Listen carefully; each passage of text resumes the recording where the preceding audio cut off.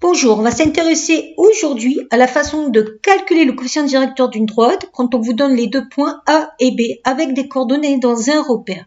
J'ai commencé par placer les deux points A qui avait pour coordonnées 2 et 6, 2 sur les abscisses, 6 sur les ordonnées, et B qui avait pour coordonnées moins 4 sur les abscisses, moins 2 sur les ordonnées. Puis j'ai tracé la droite AB.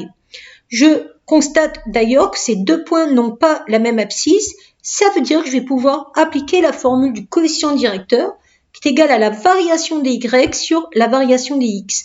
Variation des y, yb moins yk, sur variation des x, xb moins xa. Yb, ça désigne l'ordonnée du point B, c'est-à-dire la deuxième coordonnée, moins 2. Moins 2, moins.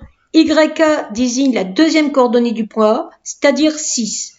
Au dénominateur, xb dessine l'abscisse du point B, c'est-à-dire la première coordonnée, moins 4, moins xa, c'est-à-dire l'abscisse du point A, 2. J'ai plus qu'à faire mon calcul, moins 2 moins 6, moins 8, divisé par moins 4 moins 2, moins 6, moins divisé par moins, plus, c'est pour ça que j'ai écrit 8 sixièmes, et j'ai tout simplifié par 2, 4 tiers. J'aurais pu remarquer grâce au graphique que j'aurais pu retrouver ce coefficient directeur. Pourquoi?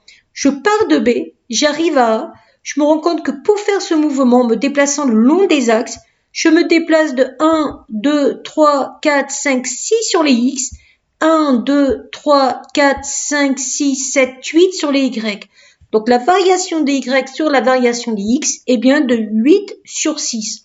J'aurais pu remarquer que j'aurais pu aussi me déplacer de 1, 2, 3 sur les X, et de 1, 2, 3, 4 sur les Y en tombant sur un nœud de quadrillage. J'aurais encore eu une variation de 4 sur 3. Or, 8 sur 6 et 4 sur 3, c'est la même chose. Voilà pour trouver le coefficient directeur d'une droite quand on a les coordonnées des deux points de cette droite.